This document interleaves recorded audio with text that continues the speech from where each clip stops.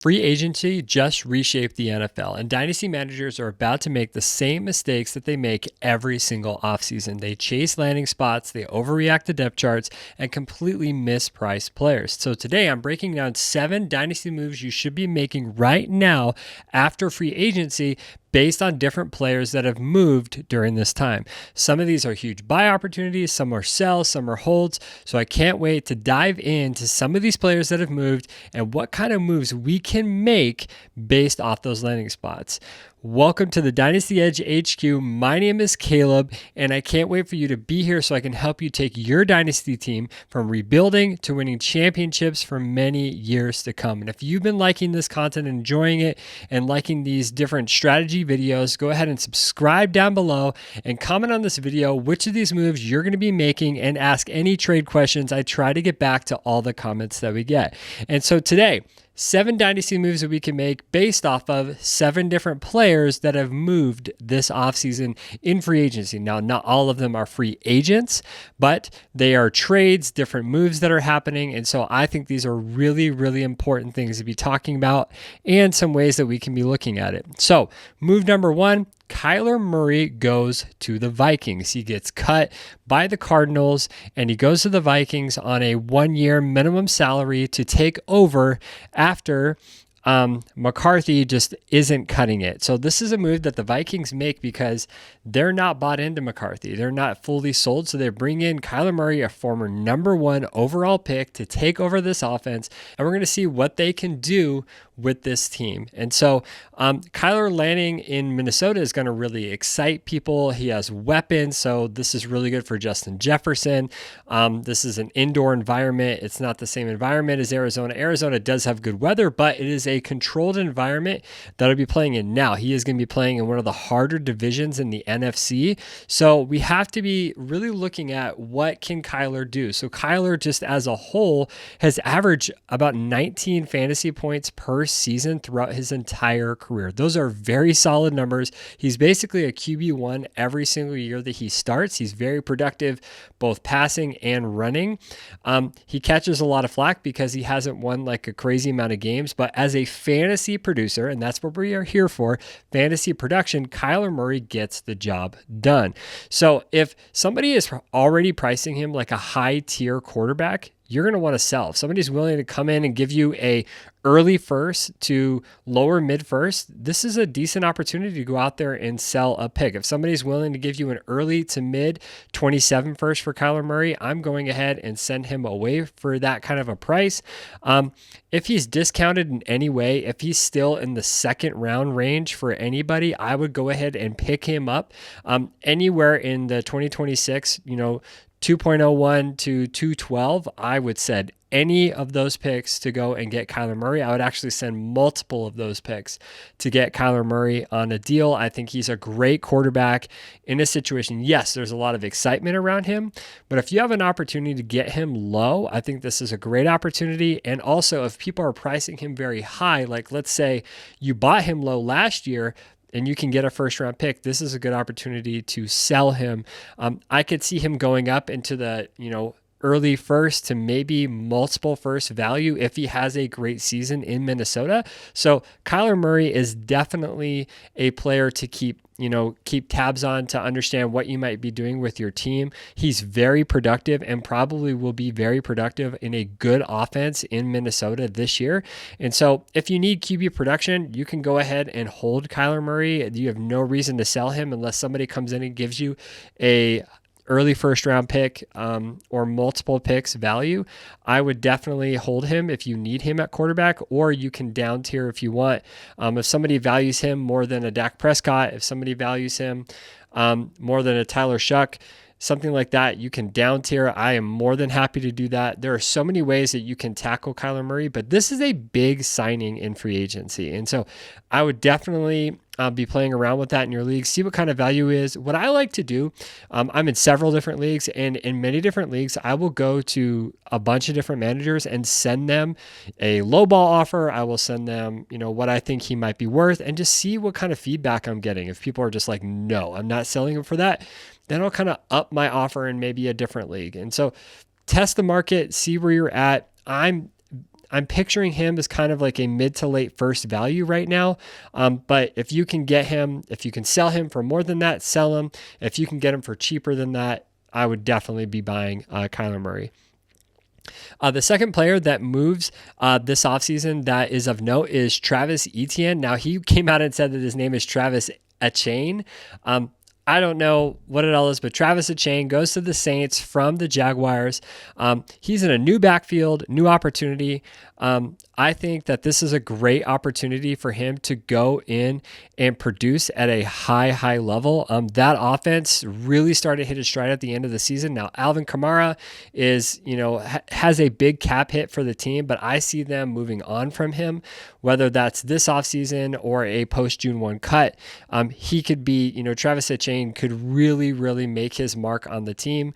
And I think this is a great position for him to be in going forward. Another thing to keep track of is that Kellen Moore is great at scheming the run. He did such a good job for Saquon Barkley, which got him the Saints job. So I could see Travis Etienne really taking off this year and having a very strong year. He had a great year last year, averaging around, 14 points a game, 15 points a game. So he was an RB1 last year, had a great season. I could see him being in that exact same range with that offense, really improving. Kellen Moore is an offensive genius. He does a great job. So I see contenders. This is a great time to go out and buy. I didn't see him just like completely spike. I think there's still a little bit of stink on the Saints offense. Chris Olave hasn't really gone up. He had an amazing year last year.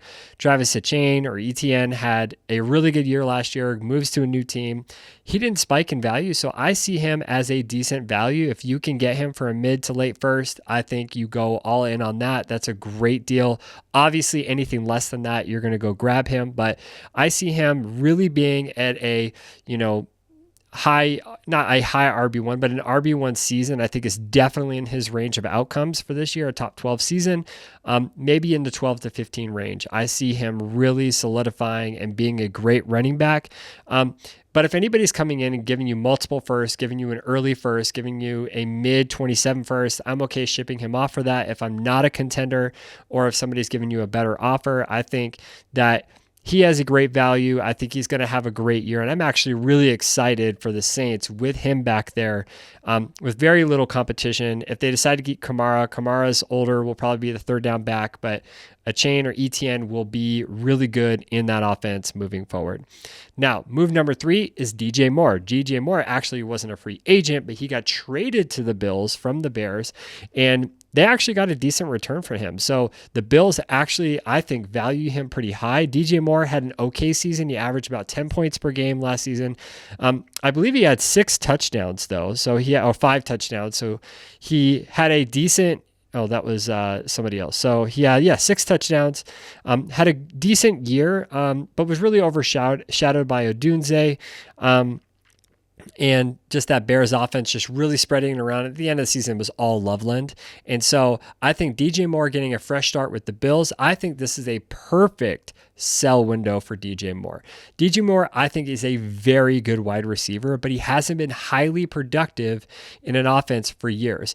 And the Bills have had a hard time really getting somebody going in their offense since they had Stephon Diggs. And I'm not sure that DJ Moore can really fill that Diggs role to the same level that Diggs did in this offense. So until a Bills player really proves that they're going to be elite just because they're good in the Bills offense, I'm going to side with selling them just on the fact that it's the Bills and he's with Josh Allen.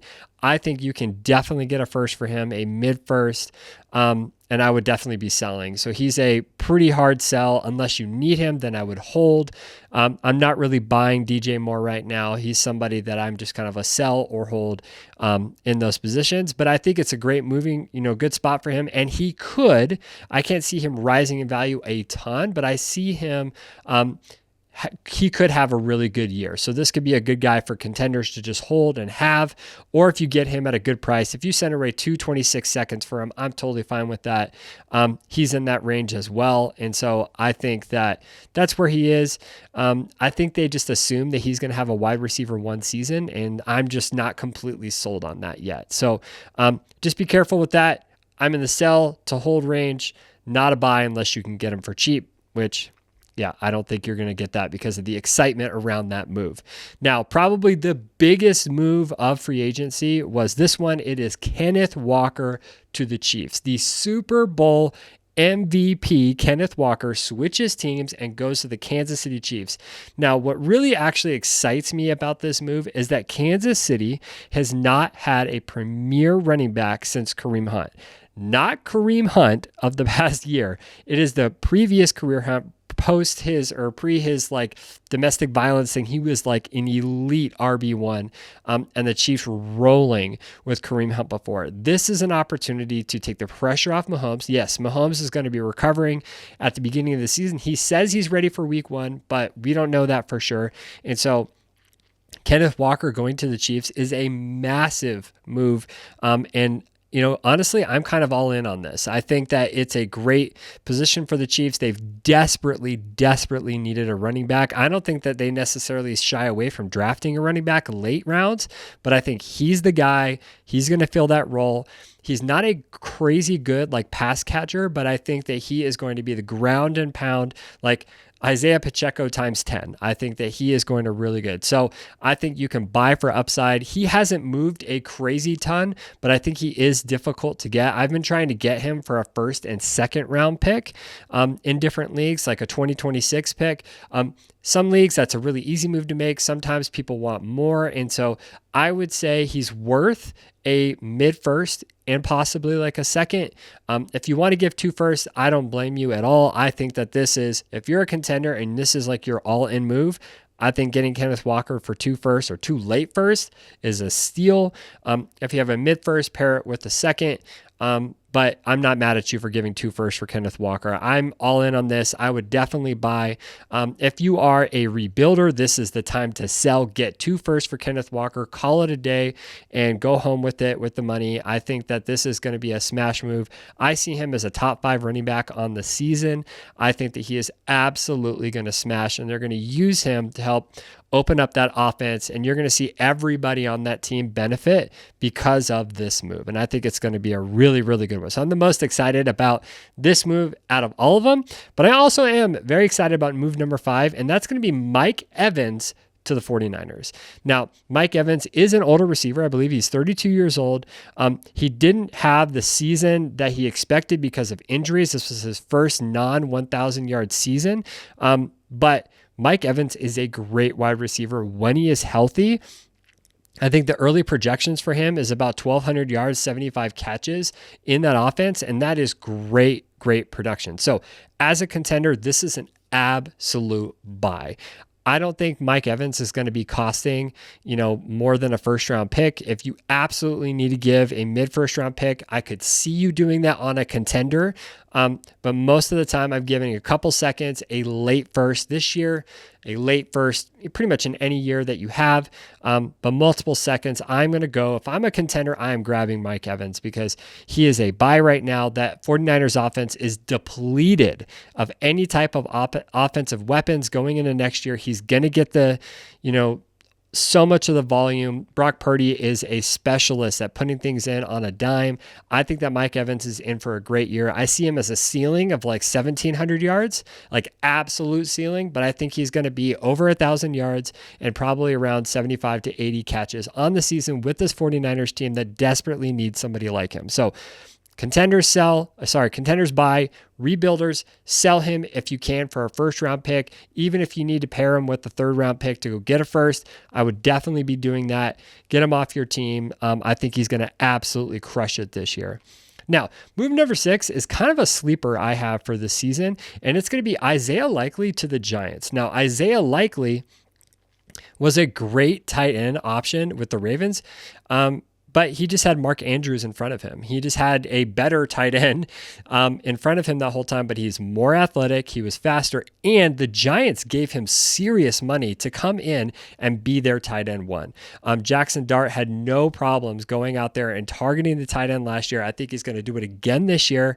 Harbaugh is going to prioritize his guys that he brought over from the Ravens, and Isaiah Likely is just going to be amazing in this offense. So I think that you can buy him. If you can buy him before the breakout, especially in any tight end premium. So many people are sleeping on him. I've been trying to get him for a second, but I think it's going to cost you multiple seconds to go out and get him. If you get him for anything cheaper, buy him now. He is going to be a great player this season. I am all in on Isaiah Likely. I think he's going to smash with the Giants and that offense being kind of the number 2 target behind Malik Neighbors when he gets healthy. And I think that if you can buy before the breakout, I think he's going to crush for your team. And that goes for contenders, rebuilders, and retoolers. I am buying him across the board wherever I can. Isaiah Likely is going to be a major beneficiary from this move to the Giants. And I think it's actually going to help Jackson Dart have a safety blanket as well, and somebody that he can just pepper with targets in the red zone, pepper with targets around the field. I think Likely is in for a top tight end, 5 round, like right around there type of a season. I think it's going to be really good. And this last one, I think the Dynasty market is kind of up and down on, and he really didn't skyrocket as much as I thought, but the last move is Malik Willis to the Dolphins. Now, with the news that Waddle just got traded to the Broncos and with different members of the Dolphins being traded away, I think this move for the Dolphins is to have somebody to kind of stabilize their offense that they know can run the system and go out there and try to win some games in a difficult division. I think Malik Willis is a great fantasy quarterback. I don't know that he's going to be a great actual quarterback for the Dolphins, but when he's in, he is productive. He's going to get you 4 to 6, maybe 8 points a game rushing the football, and then he's going to probably pass for a ceiling of like 200 yards. So I think he's going to be in the range from like 12 to 16 points per game, which is actually a pretty productive, QB2. He's cheap right now. I think you can get him for a second round pick. He's worth probably up to like a late 26 pick if you wanted to give that away for Malik Willis. I think that that's not a bad idea.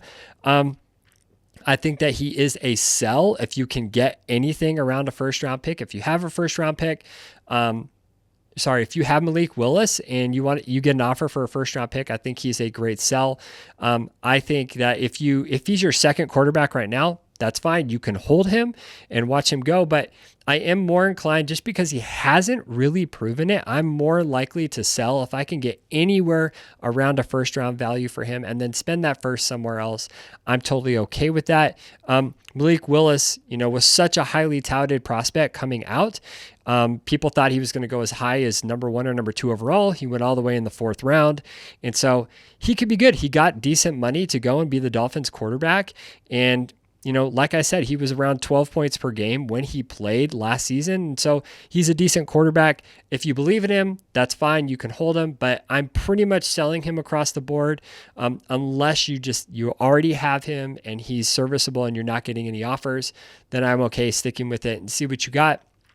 On a rebuilder, I am definitely trying to sell him, sending offers out and trying to get a late first if I can for Malik Willis or higher. If you can get more than that, more power to you, go for it. Now, those are the main 7. I have some honorable mentions that I wanted to mention just quickly before we go. Tua to the Falcons. I think he's a sneaky buy low. If you can get Tua for like 2/3 or a second, I think that's a great value. I think that he could be really good in the Falcons offense. Tua has always been very accurate as a quarterback, and I think that could be a place that he could revive his career. I don't know if that's going to happen, but at such a low price, like a second round pick or 2/3, I think it's worth the investment, even at 2 second round picks, especially in 26. What do you have to lose by going in on Tua? If he has a great season, Tua was a top 5 quarterback at one point. He had a top 5 season. So you can't, what do you have to lose by going in on Tua? I think Dowdle to Pittsburgh is very interesting. He's similar to Warren, but he's Mike McCarthy's guy. He brought him in. He drafted him. I think that they're going to use him really well. They've always run the ball well. And so Dowdle, I think, has some major upside. And so I think he's a sneaky buy as well. Tyler Algier went from the Falcons and then got signed to the Cardinals. I think that was kind of disappointing. James Conner still has a hold on that RB room. Tyler Algier could take it over, but I'm not investing heavily in that. If you can get anything off of his name, I would definitely do it. I'm selling for seconds. David Montgomery is very interesting. One of the packages I've been trying to do, because David Montgomery went to the Houston Texans. One of the packages I'm trying to do is David Montgomery in a second for a first round pick or 27 first. That's a package I've been floating around and getting some interest on. And so I would definitely be floating that out there. Montgomery is a great move for contenders that need a flex spot a flex position. So I don't blame them for making that move. It's interesting. I think he's still got some juice to him. I don't think that he's necessarily done, but the Texans really desperately needed a running back, and Montgomery, I think, can definitely hold down that role. So that'll be interesting. I think that you can sell all these players based on hype. That's generally what I do after free agency, but those are moves to make. Don't fall in the mistake that just hold on to all these players. There is money to be made. There's draft picks to be got. If you can just play off the narratives that are happening in your team, on your teams, I think that you can really make some good moves. And I've already made some great moves based off free agency. And so I hope that you got something from this. Don't make the same mistakes for year after year. Make smart moves. Make moves in your league. If you have these players, you can sell them or buy them if you believe in them, but try to stay around the values that I gave you. If you got anything from this video, I encourage you to subscribe down below. Comment which move you're trying to make. If you've gone after any of these free agents and any trades you've been making, I would love to know, and I'd love to do a trade video one day. I've heard a little bit of interest in a Discord. Let me know down below if you'd be interested in a Discord that we can have as part of the community. I might be able to set that up and have so much more cool content for you coming in the future. Thank you so much for watching, and I'll see you in the next video.